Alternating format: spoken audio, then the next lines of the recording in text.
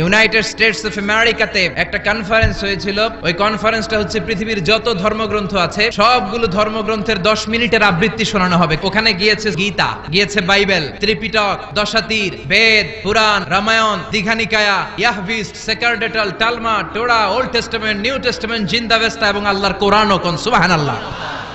এই কনফারেন্সের উদ্দেশ্য হচ্ছে এইটা চেক করা কোন বইয়ের আবৃত্তিটা বেশি সুন্দর লাগে। সব ধর্মের শায়েকরা, গুরুরা, ধর্মনানকরা আর ফাদাররা আর কারীরা বসেছে। বিচারকের সামনে একটা গ্রিন বাটন, একটা রেড বাটন। প্রথমে ডাকা হয়েছে শ্রীমত ভগবত গীতা। 10 মিনিট পড়েছে, পড়ার পরে বিচারক রেড বাটনে প্রেস করেছে, সময় শেষ, নেমে গিয়েছে। সব ধর্ম গ্রন্থের আবৃত্তি এবং তেলাওয়াতের পরে সর্বশেষে মুসলমানদের ধর্মগ্রন্থ কোরআন আবৃত্তি করার জন্য ডাকা হয়েছে। এসেছে মিশরের কারি আব্দুল বাসিত ইবনে আব্দুস সামাদ। উনি দাঁড়িয়ে রাখেন না, ক্লিন শেভ, পাতলা একটা চাদর আর জুব্বা পরে চলে এসেছে মাইকের সামনে। এসে আউযু বিল্লাহি মিনাশ শাইতানির রাজিম বলে টান দিয়েছে। উনি সূরা ফাতিহা পড়তে সময় নিয়ে নিয়েছে 13 মিনিট। শ্রীমত ভগবত গীতাওয়ালারা হাততালি দেয়, সময় শেষ, কোরআন গেছে। কিন্তু কি আজীব তামাশা, বিচারক তো লালবাতি চাপে না।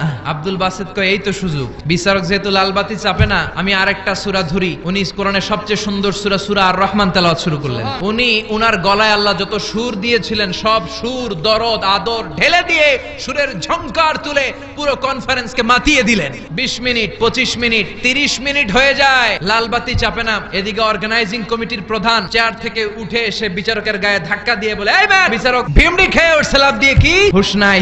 না পেরে বিচারক দাঁড়িয়ে বলে, ও আব্দুল বাসিত ইবনে আব্দুস সামাদ, আজকের এই প্রতিযোগিতায় তোর জন্য তেলাওয়াতের কোনো সময় নাই, তোর যত মনে চায় তুই পড়ে যা।